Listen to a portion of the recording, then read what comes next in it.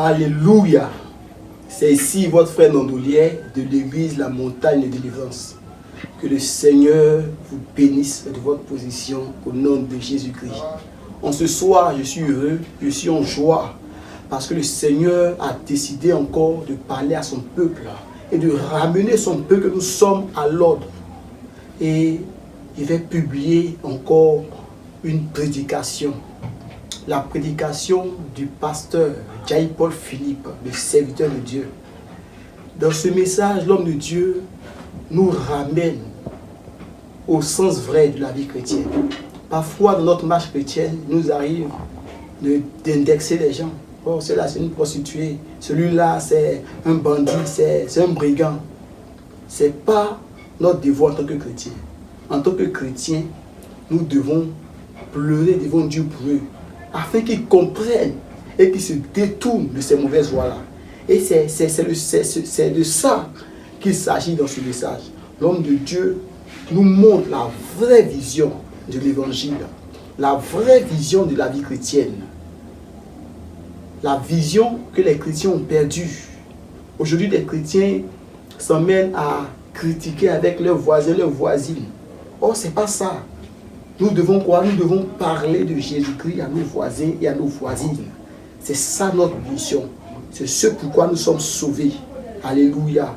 Et l'homme de Dieu, je bénis Dieu pour sa vie parce que il fait l'effort vraiment de donner ce que le Seigneur lui met à cœur pour le peuple de Dieu que nous sommes en vue de redresser l'église du Seigneur Jésus-Christ.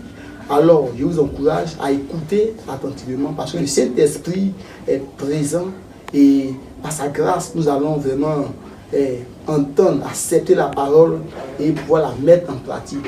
Que le Seigneur vous bénisse de votre position et suivez attentivement ce message car c'est pour nous, les enfants de Jésus-Christ, les rachetés de Jésus-Christ. Soyons bénis au nom de Jésus-Christ. Très bien. Écoutez-moi. Pourquoi vous n'aimez pas ce genre de message? Les messages qu'on vous dit la vérité et puis vous voyez que vous ne faites pas l'œuvre de Dieu. Quand tu te regardes, tu sais que ça te concerne et puis tu es froid. Ce genre de message-là doit te révolutionner. Amen. Ça doit te dire, non, je ne fais pas, il faut que je fasse. La Bible dit, c'est l'œuvre de Dieu de mon Père qui le bénira. Toi qui ne fais pas l'œuvre de Dieu, tu ne vas recevoir aucune bénédiction. Dieu cherche des personnes qui vont rendre les hommes qu'il a créés heureux. Dieu aime l'homme. Dieu veut que tu rendes heureux les gens de ta cour. Il veut qu'aujourd'hui tu es heureux. Il dit non. On n'est pas dans le même coup, mais avec l'évangile que tu as reçu. Dieu veut que tu rendes heureux tes enfants. Dieu veut que tu rendes heureux ton mari. Dieu veut que tu rendes heureuse ta femme. Dieu veut que tu rendes heureux les gens de ton église. Dieu veut que par ton canal, des gens soient sauvés, que des gens aient la paix. Les gens souffrent, les gens sont désespérés. Et comme ils sont désespérés là, Dieu t'a donné le ministère, tu comprends non? Parce que les gens sont désespérés. Et Dieu dit, ma fille, que voilà là, je ne veux pas regarder qu'elle n'est pas allée à l'école. Je ne veux pas regarder que sa température est chaude. Je ne veux pas regarder qu'elle ne sait pas s'exprimer. Je ne veux pas regarder qu'elle ne réfléchit pas, elle ne voit pas plus loin que le bout de son nez. Je vais la prendre telle qu'elle est, je vais la qualifier, je vais la forger et je vais l'honorer. Et je vais la mettre dans une position où elle aura la liberté de me servir dans les conditions qu'il faut, sans que l'ennemi ait le pouvoir de la toucher, à moins qu'elle ouvre la porte elle-même. Et quand je vais maintenant commencer à bouger avec elle, je vais conduire selon les livres de Somme 23 à ses pieds, c'est pas dans le vrai pâturage. Et quand je vais la conduire dans le vrai pâturage, là-bas, dans ce pâturage-là, elle va avoir une vie de prière, elle va avoir une vie de méditation, elle va avoir une révélation sur sa destinée. Et dans ce vrai pâturage, elle va voir les âmes, elle va voir les personnes qui sont attristées, elle va voir les personnes qui ont besoin de Jésus, elle va voir les personnes qui souffrent, elle va voir les personnes qui sont désespérées. La même manière qu'elle était désespérée, elle va voir les personnes désespérées, elle va les tendre la main. C'est ça la paix de la chrétienne. Mais si toi, tu étais désespéré, tu étais lié, tu étais condamné, et le Seigneur t'a délivré. Et après que Dieu t'a délivré, tu es assis et tu es lourd. Tu es lourd. Tu ne peux rien foutre pour Dieu. Ta délivrance est inutile. Ta place n'est pas dans le royaume des cieux. Parce que la Bible dit, tout arbre qui ne porte pas de fruits sera coupé et jeté au feu. Le feu, c'est l'enfer. Ça veut dire la seule manière pour toi de savoir si tu as accepté Jésus ou pas, c'est pas d'aller le baptiser d'eau. C'est ton caractère, ta vie. Est-ce que Jésus parle en toi? Quand tu es assis là, que tu ne rends pas visite, est-ce que tu as mal? Est-ce que tu penses à ça? Est-ce que tu as déjà fléchi chez nous? tant qu'on ne t'a pas donné le sujet, tu peux prier. Est-ce que tu as dit, Seigneur, quel est mon ministère? Seigneur, je veux aller voir telle soeur, je veux aller voir tel frère. Pas pour me montrer, mais parce que le fait que je ne l'ai pas vu pendant 2 dimanches, 3 dimanches, c'est comme ça que le diable commence. Et il arrache les gens de ta présence. Je vais aller parler à cette soeur-là. Je vais aller parler à ce frère-là. Qu'il continue de venir dans ta présence. Et si par mon canal il continue, que tu le bénis, je serai aussi béni. Amen. Je serai aussi béni. Dieu nous a délivrés. Et par notre vie, pourquoi les gens n'ont pas été délivrés? Pourquoi les gens n'ont pas été délivrés? Dieu nous a donné la paix. Pourquoi par la paix que Dieu nous a donnée, on ne peut pas donner la paix aussi aux gens autour de nous? Dieu nous a délivrés du péché. Dieu nous a délivrés de l'impureté. L'impureté, la pornographie, la masturbation, le fantasme, les pensées de luxure, les esprits de luxure, qu'on appelle communément mari de nuit, femme de nuit. Dieu t'a délivré des déblocages. Dieu t'a délivré dans ta jeunesse, il t'a donné une vision étendue. Avant, tu avais une vision faible de ta jeunesse. Avant, tu avais une vision faible de ta vie. Tu ne savais pas où tu allais. Tu tournais en rond. Ta vie n'avait pas de but. Tu étais limité. Tu étais limité, oui ou non? Tu voyais ça, l'échec devant toi. Une limitation. Ça veut dire que tu étais programmé par l'ennemi à être un adulte, un vieux aigri, qui a tout tenté, mais qui n'a rien réalisé. Qui a tout tenté, mais qui n'a rien réussi. Et voilà le plat baissé. Le courage de retenter à nouveau allait te quitter. Le courage de tenter d'être quelqu'un allait te quitter. Vous voyez les gens de la société, c'est pas parce qu'ils sont paresseux. Vous voyez des hommes, vous voyez des pères de famille, ils sont assis, vous pensez qu'ils ne veulent rien faire. C'est pas parce qu'ils ne veulent rien faire, mais ils ont tenté plusieurs fois de devenir quelqu'un, ça n'a pas marché. Ils ont tenté plusieurs fois de devenir quelque chose dans la société, ça n'a pas marché, parce qu'il n'y avait personne pour les pousser. Je ne suis pas venu m'amuser avec vous aujourd'hui, je suis venu vous dire la vérité. Je suis venu tard, c'est vrai, mais je suis venu vous dire la vérité. Je veux que vous écoutiez un peu ce que Dieu a vous dit ce matin. Dieu a vous dit quelque chose de grand, quelque chose de formidable. Il vous responsabilise et il va vous demander des comptes pour votre jeunesse. C'est pourquoi il souviens-toi de ton créateur pendant ta jeunesse. Sers-le avec tous tes biens. Sers-le avec ton revenu.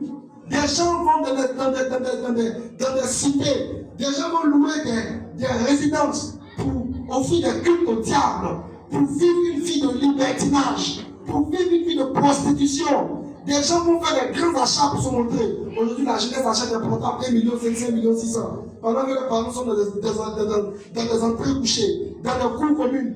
Pourquoi toi aussi, tu ne peux pas investir avec folie dans ton ministère? Pourquoi tu ne peux pas investir avec folie dans ta vie chrétienne? Aujourd'hui, des gens sont découragés. Parce qu'ils ont essayé d'être quelqu'un, ils ne peuvent pas. Ils ne peuvent pas, ils sont liés. Écoute, quand tu es lié d'échec, quand tu es lié de limitation, tu vas essayer de dépasser ton niveau. Tu vas pas essayer. Tu vas pas essayer. Tu vas pas essayer. Tu vas pas essayer. Tu vas pas essayer. Tu vas pas essayer à plusieurs reprises. Même quand tu es découragé, tu vas regarder ta femme. Même quand tu es découragé, tu vas regarder tes enfants. Même quand tu es découragé, tu vas regarder tes amis. Tu vas dire non, je ne peux pas avoir honte. Si mes amis sont arrivés, je peux. Tu vas essayer. Depuis 18 ans, tu te bats jusqu'à tu as 35 ans, 40 ans. Tout ce que tu as essayé est tombé à l'eau. Est-ce que le découragement ne va pas rentrer? Est-ce que le découragement ne va pas rentrer? Ça va rentrer. Le découragement, c'est ainsi que tu vois les pères de famille baisser la tête. Personne ne peut les encourager encore. Personne. Aucun parent. Ils ont besoin de qui? Ils ont besoin d'une parole vivante. Ils ont besoin d'une parole esprit et vie. Ils ont besoin d'une évangéliste. Ils ont besoin d'un évangéliste. Ils ont besoin d'un démonologue. Oui, parce qu'il y a un esprit qui les lie. Et la solution de toutes ces personnes se trouve dans vos mains, se trouve dans vos ministères. Parce que Dieu vous a équipé, parce que Dieu vous a forgé. Vous êtes la solution. Ces personnes sont limitées. Les gens pleurent, ils sont attristés. Ils ont besoin seulement d'entendre quelqu'un qui a le ministère de chant, qui va chanter. Ils vont couler les larmes et la douleur va passer. Ils vont reprendre l'espoir. Souvent, tu es tellement désespéré que c'est un chant d'adoration qui te relève et tu continues. Tu dis, j'étais découragé. Mais avec ce chant, Dieu m'a parlé. Dieu nous parle plusieurs fois par les chants. Souvent, je suis découragé, je passe. J'entends un chant quelque part là-bas. Et Dieu utilise ce chant pour me parler. Je reprends l'espoir. Souvent, moi, je suis découragé, je mets les prophéties de Séverin Kakou qu'ils ont rythmé. Et je comprends que Dieu a un projet pour cette nation. S'il a un projet pour cette nation, c'est qu'il a un projet pour les habitants de cette nation. Et s'il a un projet pour les habitants de cette nation, c'est que nous qui sommes des hommes de Dieu appelés à guider cette nation dans la droiture. il a un projet pour nous aussi. Amen. Alléluia. Oui, vous devez comprendre ça. Qui a commencé à servir Dieu d'un coup? Qui a commencé à servir Dieu en étant parfait? Qui a commencé à servir Dieu sans gâter? Qui a commencé à servir, comme souvent le dit Esther ici? Il faut que tu essaies. Moi, je vais le dire bien ce qu'elle dit. Je ne veux pas dire qu'il faut que tu gardes forcément, non. Mais il faut que tu essaies. Si tu n'as pas essayé, tu ne vas pas faire d'erreur. En faisant des erreurs, tu peux apprendre. Dans la vie chrétienne, il n'y a pas d'échec. Il y a des expériences. Et chaque chose qu'on appelle échec est un escalier qui te conduit à la gloire. Le seul échec dans la vie chrétienne, c'est que tu arrêtes. Si tu arrêtes parce que tu es découragé, c'est ça l'échec. Quel que soit ce que tu endures, on te dit, bon, on va t'apprendre à diriger. Et tu as dirigé un jour, tu as mal dirigé. Tu as dit quelque chose que tu ne peux pas dire. On te reprend. Ne te décourage pas. Ne te décourage pas. Avant que tu ne sois formé dans le sein de ta mère, Dieu te connaissait. Il avait déjà prévu ce jour-là. Il avait déjà prévu de te forger. Fais espoir, prends ta destinée. L'année passée, tu n'as pas pu servir Dieu comme il se doit. Cette année, tu peux le servir. Tu peux le servir cette année. Tu peux donner de l'amour aux gens de ta famille. Tu peux donner de l'amour à cette famille. Tu peux donner de l'amour à des gens qui sont perdus. Les pères de famille sont découragés. Ils ont besoin de gens qui vont donner des messages sur l'encadrement. Des messages qui vont les fortifier. Des jeunes ont été victimes de leurs camarades à cause de la drogue. La drogue les a pris et Dieu nous appelle comme des solutions. Voici ta voisine qui a un problème sérieux avec son mari, alors que toi Dieu t'a visité. Et cette voisine, tu dois prier pour elle. Au lieu de prier pour elle, tu critiques avec elle. Au lieu de prier pour elle, un jour il y a une discussion. Vous voyez, on n'accomplit pas notre mission. On n'accomplit pas notre mission. On n'accomplit pas. Tu vas au travail. Tu rentres à Plastica, il y a plusieurs jeunes qui rentrent avec toi. Il y a plusieurs jeunes qui sortent avec toi. Tommy Osborne a dit, où sont les hommes? L'évangile doit être. Et tu es dans cette zone, quand tu sors, plusieurs jeunes sortent, plusieurs personnes sortent. Ça te coûte quoi de t'approcher et de dire Jésus t'aime? Ça te coûte quoi de t'approcher et de dire, de parler? Tu es à l'école, tu es au lycée, vous partez faire le sport, l'EPS. Quand vous sortez, ça te coûte quoi d'annoncer l'évangile à cette jeune fille-là? Que de la critiquer. Que de dire non, cette fille-là, ça vit très mal. Que de dire non, cette fille-là, c'est une prostituée. Que de dire non, cette fille-là, est ceci. Dieu ne nous a pas moins pour nous donner un ministère de critique. Est-ce que vous avez déjà vu dans la Bible, on dit qu'il y a un ministère de critique? Non. Quand on prêche des vidéos comme ça, vous ne pouvez pas savoir regarder le coup de aujourd'hui, il n'a pas dit on va avoir l'argent. Et puis on t'a dit tu vas avoir l'argent et tu es là. Les gens ils ont l'argent plus que nous. Tu vas prendre une femme au bureau ici, tu vas faire dans son compte est plus plein que nos comptes. Mais ce n'est pas la richesse là qui est la prospérité. On doit chercher l'argent pour nos besoins personnels et pouvoir aussi aux besoins des autres. Faire l'œuvre de Dieu. Mais la plus grande des richesses, c'est d'être libre dans l'esprit. Oui. Dans l'âme. C'est pourquoi il dit je vous donne ma paix, pas comme le monde la donne. Alléluia. Les chrétiens sont aussi appelés à être riches, les enfants de Dieu. Mais il faut pratiquer le don. Si tu veux parler de don, à un bon cœur, et puis tu vas voir, Dieu va t'enlever toujours. Je fais la parenthèse. Écoutez-moi très bien. Est-ce qu'on a déjà vu dans la Bible qu'il y a un ministère de critique? Un ministère pour critiquer les gens? Non. Non, voilà, il y a un ministère de critique. Quels sont les ministères là? Est-ce qu'on peut citer les ministères? Amen. On n'est pas nombreux, mais est-ce qu'on peut les citer? Amen. Il y a plusieurs personnes, les coachs juniors, classes, plusieurs personnes qui manquent maintenant. Ils peuvent annoncer l'évangile, de ramener, encourager les oui. Amen. Les ministères, on peut les citer. Citer. Pastoral. Le ministère pastoral, oui. Le ministère d'évangéliste, oui. Apostolique. Le ministère apostolique, lui, des apôtres. Le ministère prophétique des prophètes. Et le ministère des encadreurs. Le ministère des docteurs. Amen. Amen. Le ministère pastoral, ça regroupe le ministère des encadreurs. Maintenant, on a le ministère doctoral, les docteurs, les enseignants de la parole de Dieu. Quand on dit un docteur, c'est pas quelqu'un qui est à l'hôpital. Un docteur, il y a un docteur en mathématiques, il y a un docteur en physique. Non. On a appris ce ministère-là. On a appris ça où? Le ministère des critiques là, Satan, on voit ça pour remplacer le ministère de l'évangélisation et de l'encadrement. Parce que c'est la bouche pour évangéliser et encadrer. Au lieu de parler de quelqu'un, Dieu dit, il ne faut pas parler de la personne, parle à la personne. Amen.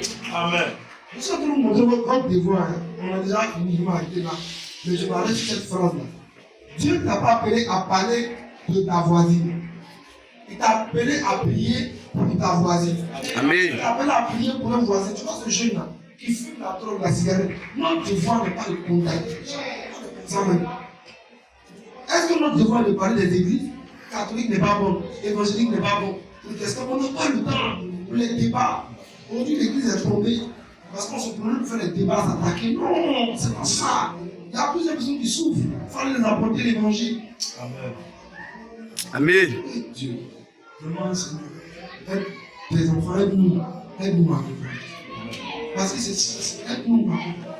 Si Dieu nous bénit, c'est pour faire son œuvre. C'est pour ça, pas ça. C'est moi, c'est pourquoi. Toujours là, Seigneur, bénis-moi. Seigneur, marie-moi. Seigneur, bénis-moi. Le mari que tu fais là, c'est pourquoi. On demande la bénédiction pour rien. On demande ça pour demander. Marie-moi, je vais m'asseoir. Seigneur, donne-moi l'argent. Je vais faire des grandes entreprises. Je vais avoir de grands entrepôts. Je vais avoir un grand entrepôt. Faire les dépôts de gaz. Maintenant, Dieu te donne tout ça. Ça fait avancer son royaume encore. Ça va avancer sa maison en quoi? Seigneur, Dieu m'a délivré, Dieu m'a visité. Ça va avancer son royaume en quoi? Même la dîme, ne ne pas exagérer. Tu n'es jamais le plus grand qu'il faut. Moi, je sème ça, une sémence sacrificielle pour l'avancement du royaume de Dieu. Jamais. Donc, Dieu t'a pas appelé à parler de la voisine. Dieu t'a appelé à parler à la voisine. Et lui parler de quoi? Lui parler de lui. Dieu t'a pas appelé à parler de ton voisin, pour nous les hommes. Non. Mais Dieu t'a appelé à parler à ton voisin. Dieu t'a pas appelé à parler de ton voisin. Dieu t'a appelé à prier pour ton voisin. Tu as un ministère. Quand tu es un enfant de Dieu, tu as un devoir vis-à-vis de ton entourage. Amen, amen, amen. Ainsi en est-il.